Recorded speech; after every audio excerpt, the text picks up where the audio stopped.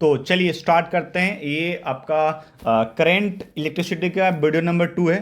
और पहले वीडियो में हमने ये डिस्कस किया था कि एमसीक्यूज क्वेश्चन थे जिनको हमने बहुत अच्छे से एक्सप्लेन किया था। अगर आपने अभी तक नहीं देखा है तो प्लीज़ को देख लीजिए, मैं प्लेलिस्ट में ऐड कर दूंगा। आज हम बात करेंगे 2 मार्क्स वाले क्वेश्चन के ऊपर, जो कि मोस्टली कैसे क्वेश्चन सर, यहाँ पर सारे क्वेश्चन न्यूमेरिकल हैं। तो जिस भी बच्चे को न्यूमेरिकल्स में प्रॉब्लम आ रही है, वीडियो को अंत तक देखो। हम आपसे वादा करते हैं कि आपको समझ में आ जाएगा कि न्यूमेरिकल्स को डील कैसे करना है और एग्जाम में आप कर क्या आओगे, ये हम आपसे आज सिखा देंगे। आपको मैं इतना उम्मीद दिला सकता हूँ। चलिए तो क्वेश्चन को स्टार्ट करते हैं बिना किसी देरी का।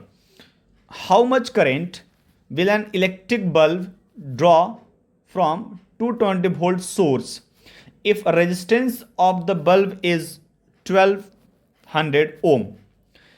If in a place of bulb a heater of resistance 100 is connected to the source, calculate the current drawn by it. अब दो सवाल है, मतलब इस पूरे कहानी में आपको एग्जाम में कैसे लिखना है, जो जो चीजें पहले दी होती हैं ना उनको लिख लेते हैं। सर यहाँ पर वोल्टेज सप्लाई कितने का है, सर 220 वोल्ट का है, तो हम यहाँ लिख लिए 220 वोल्ट का वोल्टेज सप्लाई हो गया। उसके बाद सबसे पहले मान लीजिए अगर मैं एक सर्किट डायग्राम को ड्रॉ करूं तो कैसा होगा सर, देखिए ऐसा होगा। यहाँ पर एक बल्ब इसमें लगाया गया है, तो मान लीजिए मैं एक बल्ब ड्रॉ कर दिए और यहाँ से मेरा ये ईएमएफ हो गया। यहाँ पर जो आपका सप्लाई है ना वो दिखा रहा है आपका 220 वोल्ट का। बहुत बढ़िया। चलिए उसके बाद ये जो बल्ब है ना, इसका जो रेजिस्टेंस है बल्ब का वो कितना दिखा रहा है, वो आर दिखा रहा है आपका 1200 ओम दिखा रहा है। आपको करंट फाइंड आउट करना है, तो करंट निकालने के लिए क्या करना पड़ेगा आपको, बहुत ही सिंपल बात करूं तो आपको करंट निकालने के लिए ओम्स लॉ आप जानते हैं। देखिए ओम्स लॉ का मतलब होता है कि जो V होता है ना वो आई आर के साथ ऐसा रिलेशन फॉर्म करता है। तो यहाँ पर आपको V गिवन है, I निकालना है और R यहाँ पर दिया हुआ है, तो हम लिखेंगे V equals to I R. ठीक है, जिसमें V का वैल्यू कितना है 220 वोल्ट है। आसानी से लिखिए, जो भी आप लिखेंगे उसके लिए मार्क्स मिलेगा आपको। I हमको निकालना है और R कितना दिया हुआ है 1200 ओम दिया हुआ है। ठीक है, लिख लिए। अब यहाँ से I का वैल्यू कितना आएगा, तो हमको डिवाइड कर दें 1200 से, तो ये हो गया आपका 220 वोल्ट यहाँ पर है, डिवाइड बाई 1200 ओम। इसको डिवाइड करेंगे, 0 0 कटेगा। ओके, और जिसको पूरा डिवाइड करने के बाद will get the value as 0.18। ठीक है, ये मैं कर दे रहा हूँ, बस आप लिख लीजिएगा यहाँ पर भी 0.1।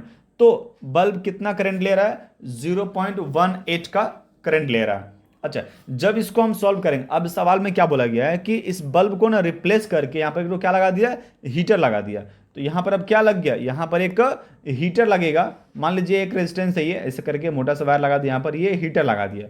अब ये जो हीटर है ना, इसका रेजिस्टेंस कितना है, इस बार ये 100 दिया हुआ है। कितना गिवन है सर, 100 दिया हुआ है। तो इसके लिए भी हम लोग सेम रूल अप्लाई करेंगे। क्या लिखेंगे, देखिए V equals to I R, again same रहेगा, same V equals to I R. तो यहाँ मान लीजिए हमको I निकालना है, तो क्या होगा V कितना है आपका 220 वोल्ट, डिवाइड बाई R कितना इस बार है 100 ओम है। इसको जब डिवाइड करेंगे तो कितना आएगा, 22/10 कितना होता है 2.2। तो ये हो गया आपका 2.2 एम्पियर। लिखना मत भूलिएगा, मार्क्स कट जाएगा। यूनिट लिखना बहुत ही जरूरी होता है। ठीक है, तो यहाँ से हम क्या सीख लिए कि सीरीज में करंट निकालना सीख गए, ओम्स लॉ का एप्लीकेशन सीख गए, और हमने क्या सीखा कि यूनिट ऑफ पोटेंशियल कितना होता है, वोल्ट होता है। यूनिट ऑफ करंट क्या होता है, उसको हम एम्पियर कहते हैं, उसको एम्पियर कैपिटल एस से रिप्रेजेंट करते हैं। तो इतना कुछ था इस सवाल के अंदर। ओके, चलो। अच्छा, एक बात आपने नोटिस किया, जिसका रेजिस्टेंस कम था वो ज्यादा करंट ले रहा था, जिसका रेजिस्टेंस ज्यादा था वो कम करंट ले रहा था। तो इसका मतलब क्या था, हम यहां से ये भी कह सकते हैं कि जो करंट है वो इन्वर्सली होता है किस चीज का, आर का। ठीक है, ये भी आप बस के लिए आप जानते हैं, मैंने बोल दिया आपको। ठीक है, आपकी मदद कर रहा था मैं। ओके, चलो अगला सवाल देखो। Draw symmetric diagram of an electric circuit comprising 3 cell, जिसके अंदर 3 सेल लगे हुए हैं। एक इलेक्ट्रिक बल्ब लगा हुआ है, एक एमीटर लगा हुआ है, प्लग की ऑन मोड, प्लग की लेकिन ऑन है, another with the same component but 2 bulbs in parallel, सब कुछ सेम रहेगा, 2 bulbs पैरेलल में, and volt meter across the combination. तो ये आपको सर्किट ड्रॉ करना है, और ये सवाल एक बार रिपीट हो चुका है सीबीएसई एग्जाम में, तो इसको तो हम लोग हल्के में नहीं लेंगे, इसको अच्छे से ड्रॉ करने का कोशिश करेंगे। देखिए सबसे पहले आपसे क्या बोला गया था, सबसे पहले बोला गया था सर आपको एक सर्किट ड्रॉ करना है। अच्छा, सिमेट्रिक डायग्राम क्या होता है, जो हम लोग आउटलाइन जो ड्रॉ करते हैं ना उसको हम लोग सिमेट्रिक डायग्राम बोलते हैं। ओके, 3 सेल्स, तो पहले 3 सेल बनाएंगे। ये देखिए यहाँ पर 3 सेल लग गया ना, 1 2 3, तो हमने 3 सेल लगा दिया यहाँ पर, 3 सेल को हम यहाँ भी लिख दिए, यहाँ पर लिख देना यहाँ पर। उसके बाद एक बल्ब लगाना है, तो एक बल्ब का सिंबल आपको याद है ना, ऐसे करके ड्रॉ करते थे हम लोग बल्ब, एकदम सिंपल ऐसे घुमा करके बल्ब बना दिया, एकदम दिल बन गया ये तो रे यार। ठीक है, बल्ब बना दिया। अब बल्ब के बाद एक लगाना होता है आपको एमीटर। कमेंट बॉक्स में कमेंट करेंगे कि एमीटर का काम क्या होता है, मतलब कि एमीटर को कहाँ लगाते हैं, क्या काम है एमीटर का, जल्दी कमेंट करिएगा। और एक और लगाना है कि एमीटर को लगाते हैं सीरीज में लगाते हैं कि पैरेलल में लगाते हैं, जल्दी कमेंट बॉक्स में फाड़ दीजिए, लिख दीजिए, जो करना करिए लेकिन कर दीजिए। एक प्लग ये लगाना है जो कि स्विच ऑन मोड है। देखिए अब स्विच ऑन को ऐसे, ये सिंबल होता है प्लग की का, और ये होता है आपका ऑन का। अगर ऐसा है तो ये ऑफ है, क्या सर ये ऑफ है, और ये अच्छा ऑफ को और क्या बोल सकते हैं, ऑफ को हम लोग ओपन बोलते हैं, ओपन सर्किट है। अच्छा क्लोज को क्या बोलते हैं, सॉरी इस वाले को क्लोज सर्किट बोलते हैं। तो ये जो पूरा बन गया ना, ये हो गया। अच्छा एक और बात है कि अगर आप चाहते हैं यहाँ पर दिखाना कि करंट कहाँ से कहाँ फ्लो कर रहा है, तो कोई दिक्कत नहीं। ये देखिए ये रहा आपका बैटरी का पॉजिटिव एंड, तो वैसे करके टक टक टक टक टक टक टक टक टक टक टक टक टक टक टक यहाँ तक आ गया। तो ये हो गया पहला सेल। दूसरा क्या बोला है, सेम चीज रहेगा, इस बार 2 बल्ब है, दोनों पैरेलल में, तो 2 बल्ब पैरेलल में कैसे ऐड करते हैं, देखिए पैरेलल में रेजिस्टेंस कैसे ऐड करते हैं, ऐसे ऐड करते हैं सर, एक रेजिस्टेंस यहाँ पर है, एक रेजिस्टेंस यहाँ पर है, एक यहाँ पर है, जितना मन में है उतना जोड़ दो। तो ये पैरेलल में ना, मतलब एक ही फिक्स पॉइंट से बहुत सारा वायर जोड़ते हैं। देखो यहाँ पर ये फिक्स पॉइंट ये रहा, यहाँ से हम 2 बल्ब लगा दिए, एक बल्ब ये रहा, एक बल्ब ये रहा। लगाने के बाद इन दोनों के अक्रॉस में लगाएंगे एक तो पोटेंशियल मीटर, मतलब वोल्ट मीटर लगा देंगे। अच्छा ये वोल्ट मीटर क्या करता है, ये पोटेंशियल को मेजर करता है। ये क्या करता है सर, वोल्ट मीटर, ये पोटेंशियल जो आप यूज करते हो ना, पोटेंशियल, या फिर इसको हम लोग क्या कहते हैं, ईएमएफ को यूज कर, कितना वोल्ट है वो दिखाता है पगला। ठीक है, और ये फिर एमीटर पता नहीं किस काम का ये, और ये वोल्ट मीटर। ठीक है, तो ये पूरा कहानी आपको ड्रॉ करके दिखाना है। ये क्वेश्चन आपको 3 मार्क्स वाले में आएगा, यहाँ 2 मार्क्स लिखा हुआ है, ये पेपर में 3 मार्क्स का है। ठीक है, चलो आशा करता हूँ आपको समझ में आया है। नहीं आया तो कोई बात नहीं, कमेंट बॉक्स में लिख दीजिएगा, हम समझा देंगे, इशू नहीं है बाबा, बहुत टाइम है वो बस। ये सवाल देखिए, टोटली ये आपका बोलते हैं ना लाइक समझ जिनकी अच्छी होती है फिजिक्स में वो इस सवाल को कर लेते हैं। सवाल क्या बोला गया, out the 2 wires X and Y, अरे भाई फिर से एक्स आ गया, उफ, जितना पीछा छोड़ाओ उतना बार बार एक्स एक्स, क्यों ऐसा होता है रे। Out of 2 wires x and y as shown in the below, which one has the greater resistance, किसका रेजिस्टेंस ज़्यादा है, जस्टिफाई योर आंसर है। ओके सर, देखो अब रेजिस्टेंस किसका ज़्यादा है, दुनिया के एक अच्छे बच्चे को पता होना चाहिए कि according to the Ohm's law जो रेजिस्टेंस होता है वो लेंथ के साथ कैसा होता है सर, डायरेक्टली प्रोपोर्शनल होता है। और यहाँ पर क्या है, देखो एरिया कांस्टेंट है, एरिया में कोई चेंजेस नहीं आया है, तो ये तब तो होता है ना, area is also constant, area क्या आपका सी मतलब कांस्टेंट है। तो हम लोग क्या बोलेंगे, दोनों ही प्रोपोर्शनल है, मतलब अगर हम लोग लेंथ का सॉरी अगर हम लेंथ बढ़ाएंगे तो आर भी क्या होगा, बढ़ेगा। इसका मतलब जो वायर वाई है ना, तो इसका लेंथ एल बोला है, इसका लेंथ 2L बोला है, डबल है, तो resistance of Y will be also higher.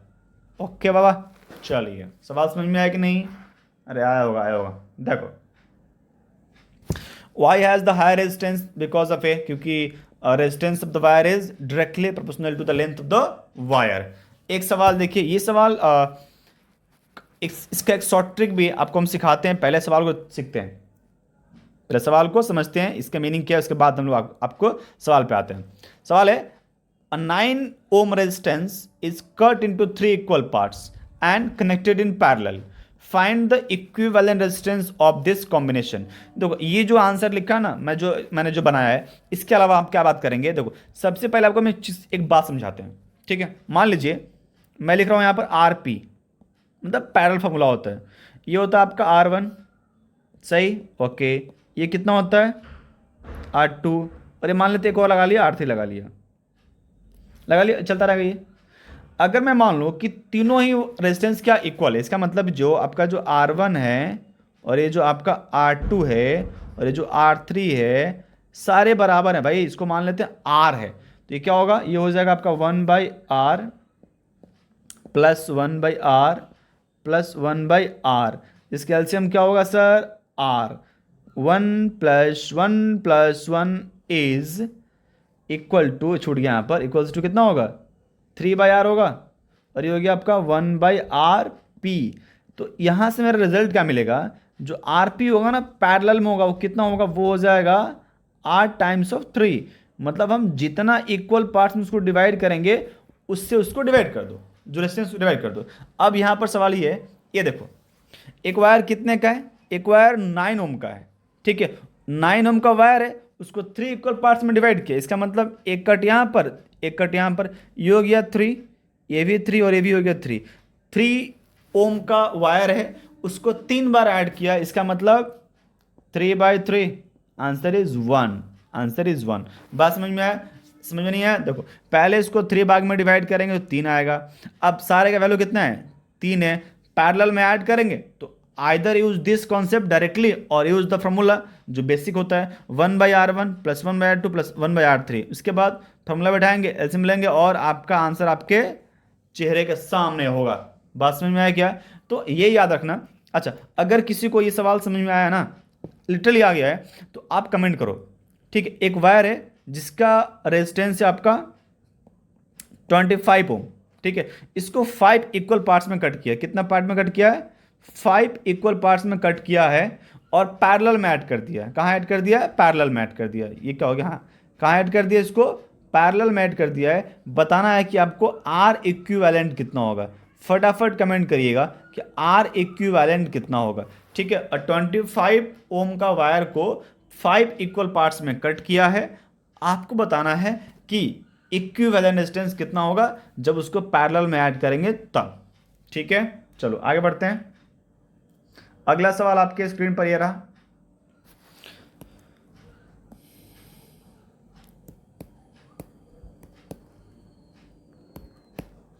Pen को क्या हो गया, चल जा भाई, ये क्या हो रही है, ये क्या हुआ, हैंग हो गया। चलिए, तो ये खुल गया, होता है होता है, जिंदगी हैंग होती है तो डिवाइस ही है। देखो सवाल देखो, an electric iron has a rating of 750 volt watt and 220 volt, calculate current flowing through it and the resistance when in use. तो ये जब भी आपको ये पावर का सवाल दिया हो ना, तो मेरा एक बात याद रखो, चुपचाप पहले बगल में पावर का फॉर्मूला लिख लो। सर ये जो W है ना, ये क्या होता है सर, पावर को रिप्रेजेंट करता है। तो ये पावर कितना दिया है, 750 वॉट, ओके। और ये पोटेंशियल है आपको V, दुनिया को पता है यार 220 वोल्ट का शॉर्ट हमारे यहाँ झटका आता है ना 220, वो जो बोलता है 440 वोल्ट वो अलग है, वो सलमान खान सिर्फ कर सकता है, मैं नहीं। तो 220 वोल्ट यहाँ से हो गया। अब पावर का जो फॉर्मूला होता है वो बहुत ही प्यारा सा है, VI। ये कैसे आता है सर, देखिए आपको मैंने इस वीडियो में समझाया था, इसके पहले वीडियो में, कि जो H होता है, एनर्जी होती है, वो होती है आपकी VIT, ठीक है। अब जो पावर होता है ना, वो होता है वर्क डन बाय टाइम या फिर एनर्जी पर यूनिट टाइम, तो वो होगा आपका VIT/T। तो टी कट जाता है ना, तो आपको पावर क्या मिलता है, VI मिलता है। तो पावर अगर हमको VI मिल गया, मैंने आपको थोड़ा सा समझा दिया थ्योरी कैसे होती है इसकी।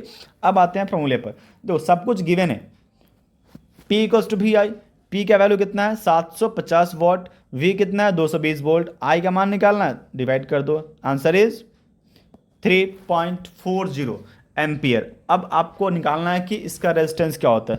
बोले सर जी फॉर्मूला में तो कहीं भी आर नहीं है, उल्लू बना रहे हैं आप हमको। नहीं यार, देखो देखो भी निकालने का दो तरीका, या तो आप इसका इस्तेमाल करो या फिर आप ओम्स लॉ का इस्तेमाल दो। Ohm's law is always always valid. कैसे सर, V इक्वल्स टू कितना होता है, IR, V equals to IR। V is how much, V is आपका दिया हुआ 220 वोल्ट, कोई बात नहीं, I तो आप निकाल चुका है ना, 3.40 इंटू R, यहाँ से डिवाइड कर दो, जो आएगा आंसर हो जाएगा, ठीक है, जो आएगा आंसर हो जाएगा। तो बेसिकली आपको यहाँ से मिल जाएगा आपको जो वैल्यू होगा। अगर ये नहीं कर सकते हैं तो एक काम करिए, एक और काम करिए। देखिए आपको अच्छी समझाते हैं। यहाँ पर आई मेरे किस काम का नहीं है ना, आई होता क्या है, आई होता है वी बाई आर, पता है आपको ना। तो ये हो जाएगा आपका वी स्क्वायर बाई आर। तो पावर का फॉर्मूला क्या बन गया, पावर हो गया आपका वी स्क्वायर बाई आर। ये भी आप याद कर सकते हो। बहुत कुछ है याद करने को यार, एक नहीं होता है जब कुछ नहीं हो छिपाने को तो बहुत कुछ है दिखाने को, तो बहुत कुछ दिखाने को है। ठीक है, अब देखिए यहाँ से आप सॉल्व करेंगे। बेसिकली आर निकालना है, V square R, V square कितना होता है, मतलब दैट इज 220 डिवाइड आर कितना है 750। इसको सॉल्व करिएगा सर, आंसर आएगा आपका 64.53 ओम। यूनिट लिखना मत भूलिएगा, अगर आप यूनिट भूल गए तो आपका half marks that is 1/2 marks cut जाएगा। वैसे भी आपका कटता ही है और कट जाएगा, क्या ये फर्क पड़ता है यार। ठीक है, चलो अगला सवाल देखिए। अगला सवाल ये है आपका कि what do the following circuit symbols represent. देखिए इसमें क्या, कौन किसको क्या रिप्रेजेंट करता है। तो पहला सवाल देखिए इसमें जो ना, इसको तो अगर अब ऐसा कुछ होता ना, ऐसे लिखा होता है, इसको बोलते हैं जॉइंट वायर। इसको बोलते हैं ये वायर जॉइंट किया हुआ है कहीं पर ना, जॉइंट, जॉइंट वायर है सर। और अगर मैं इसको ऊपर से लेके आ जाऊं ऐसे करके, इसको बोलते हैं जंपिंग वायर। क्या बोलते हैं, तो यहाँ पर वायर ये जंप कर रहा है। क्या कर रहा है भाई साहब, ये वायर यहाँ पर जंप कर गया है, क्रॉस कर गया है विदाउट टचिंग। ये टच वच नहीं किया है, क्रॉस कर गया है। ठीक है, ये इसको जंप बोल सकते हो। और ये होता है आपका, तो इसको बोलते हैं हम लोग रेजिस्टेंस, इसको बोलते हैं rheostat, variable resistance, it is called variable. तो कभी कभी एग्जाम में आता है कि rheostat is known as variable resistance, yes correct, it is called variable resistance. ये हो जा। ठीक है, तो ये दो हो गया। अब अगला सवाल क्या बोला आपसे, ध्यान सुनो। अगला सवाल है कि the potential difference between the terminals of electric heater is 60 volt and when it draws a current of 4 ampere source, find the resistance of the heater when it is connected. Okay, सवाल हमको सब कुछ given है। इस बार V का वैल्यू कितना दिया हुआ है 60 वोल्ट, और I is given as 4 ampere. तो इसका रेजिस्टेंस कितना होगा, अरे भाई सब कोई सवाल है। V इक्वल्स टू कितना होता है IR, तो V is given 60 volt, I हमको 4 दे दिया है एम्पियर, और R निकालना है तो डिवाइड करो तो 15 आ गया। ऐ देखिए, ठीक है, कितना आएगा, अरे 15 चौका 60 नहीं होता है बाबू, उफ क्या करूँ मैं इस जनता का। ठीक है भाई साहब, 15 ओम इज द आंसर। ठीक है, इसको मार्क कर लीजिएगा, मार्क कर लीजिएगा पापा, मार्क कर लीजिएगा, 15 ओम इज द आंसर। ओके, चलिए अगला सवाल आपके स्क्रीन पर ये रहा, कुछ इस तरह का, कुछ इस तरह। चलिए, a charge possesses by an electron is this. दुनिया को पता है कि एक इलेक्ट्रॉन कितना चार्ज कैरी करता है sir, 1.6 into 10⁻⁻19 coulomb. Find the number of electrons that will flow per second to constitute the electric current of 1 ampere. भाई साहब ये बेसिकली करंट का डेफिनेशन है। ठीक है, और हमें निकालना है कि find the number of electron. मैंने आपको एक बात सिखाई थी sir, charge can be quantized and it is written as n into e. Total charge is given by n into e, and one thing, what is the formula of current? Current equals to होता है q by t ना, flow of charge per unit time, flow of charge per unit time, rate of flow of charge call current. तो ये हो जाएगा आपका n e by t। तो यहां से हम लोग n फॉर्मूला बनाएंगे, क्या बनाएंगे sir, n e equals to क्या आ गया, I इंटू टी होगा ना। अरे शाबाश, देखिए आपको n आपको निकालना है, हाँ ठीक निकाल लेंगे। E कितना है, E आपका 1.6 इंटू 10⁻⁻19। ओके, अच्छा I कितना है 1 ampere, I is given 1 ampere and it is per second, that is time is also 1. Now when you solve it, you will get 1 by 1.6 into 10⁻⁻19. When you solve it, you will get 6.25 into 10⁻18 electrons. इसको हम लोग क्या बोल सकते हैं कि एक coulomb में, आप ऐसे ही बोल सकते हो कि एक कुलम्ब में कितने इलेक्ट्रॉन्स होते हैं, तो सर इतना ही तो होते हैं। क्या पका रहा है यार फालतू में, जब दिया है तो क्यों बार बार लिख रहा है बाबू, लिखने में बहुत मज़ा आता है, तुम भी लिखो ठीक है। और एग्जाम में लिखने का ही मार्क्स होता है, बात समझ में आ रही तुमको। तो आप भी लिखना स्टार्ट कर दिए। चलिए अगला सवाल आपके स्क्रीन पर ये रहा, 2 रुपये के लिए। देखिए सवाल क्या है, explain the role of fuse in series to an in electrical appliances in electric circuit. Basically आसान भाषा में आपको बताना है कि फ्यूज का महत्व क्या है। सिंपल सी बात है, why should a fuse with defined rating of electrical circuit not be replaced by one with larger rating? No no no, देखो सवाल ये है ना कि अगर मान लीजिए आप जो डिवाइस यूज कर रहे हो, ठीक है, उस डिवाइस के अकॉर्डिंग जो आपका फ्यूज रेटिंग है वो चाहिए होगा आपको 5 एम्पियर मान लेते हैं, लेकिन आपने गलती से लगा दिया 15 एम्पियर। ये चीज़ नहीं करना है, ठीक है। अगर आपका डिमांड 1 एम्पियर का है and you are using 2 ampere, ये भी नहीं करना है। जितना रेटिंग रिक्वायर्ड है, जितना रेटिंग उसको डिज़ाइन किया हुआ, रेटेड किया हुआ है, आपको उतना ही इस्तेमाल करना है, उससे ज़्यादा इस्तेमाल नहीं करना है। प्रॉब्लम होती है, देखो fuse wire receptive device connected in series with the live wire. ये आपको लाइन लिखना ही लिखना है, लिखना है लिखना है। मैंने पहले भी डिस्कस किया हुआ कि फ्यूज वायर कहाँ होता है, सीरीज में होता है। कहाँ जोड़ते हैं, सीरीज में जोड़ते हैं। और ये लाइव वायर होता है। आपको कमेंट बॉक्स में कमेंट करना है कि लाइव वायर का कलर कैसा होता है, लाइव वायर का कलर कैसा होता है, लाइव वायर किस रंग का होता है। उसके बाद न्यूट्रल वायर किस कलर का होता है, प्लीज़ इसको कमेंट बॉक्स में कमेंट करिएगा नाम के साथ। उसके बाद देखिए, and it has the high resistivity and low melting point. Okay, so when current will pass, जब सडन इसमें चेंज आएगा तो वो मेल्ट होकर टूट जाता है ना, डिस्कनेक्ट हो जाता है। हम तो वही चाहते हैं ना कि टूट जाए, टूट जाए। तो अगर मैं इसके अलावा कोई और यूज करूं, अगर मैं ना टूटा, करंट चला गया, तो आपका जो डिवाइस हो क्या होगा, वो डैमेज हो जाएगा। ठीक है, तो डिवाइस को बचाने के लिए इसका इस्तेमाल करते हैं और ट्राई करते हैं इनकी ऐड, मतलब एक्स्ट्रा चीज़ फालतू का ना लगाएं। ओके, चलो अगला सवाल आपके स्क्रीन पर, आपको कमेंट करना है। देखिए, weightage of bulb is this, मतलब इसका पावर कितना दिया हुआ है, 20 वॉट का बल्ब है। It is connected to a 12 volt की बैटरी है। Calculate effective wattage if it is operated at 6 volt battery, neglect the internal and something, जो भी है इसमें सब कुछ भूल जाइए। बेसिकली आपको ये बोलना चाहता है कि भाई साहब, पावर में और वोल्टेज में क्या रिलेशनशिप होता है, क्या होता है, सिखाते हैं आपको। देखिए, आपको हम इससे पहले भी एक बात सिखा चुके हैं कि जो पावर है वो होता है V इंटू आई होता है। सर बहुत बढ़िया, यहाँ पर आई को कोई रोल नहीं प्ले करना है, कुछ भी नहीं करना है। देखो, no change in resistance due to the, अच्छा तो इसको हम रेजिस्टेंस फॉर्मूले लेके आएंगे तो ये हो जाएगा P इक्वल्स टू क्या होता है, ये होता है V स्क्वायर बाई आर। ये आपको समझना था।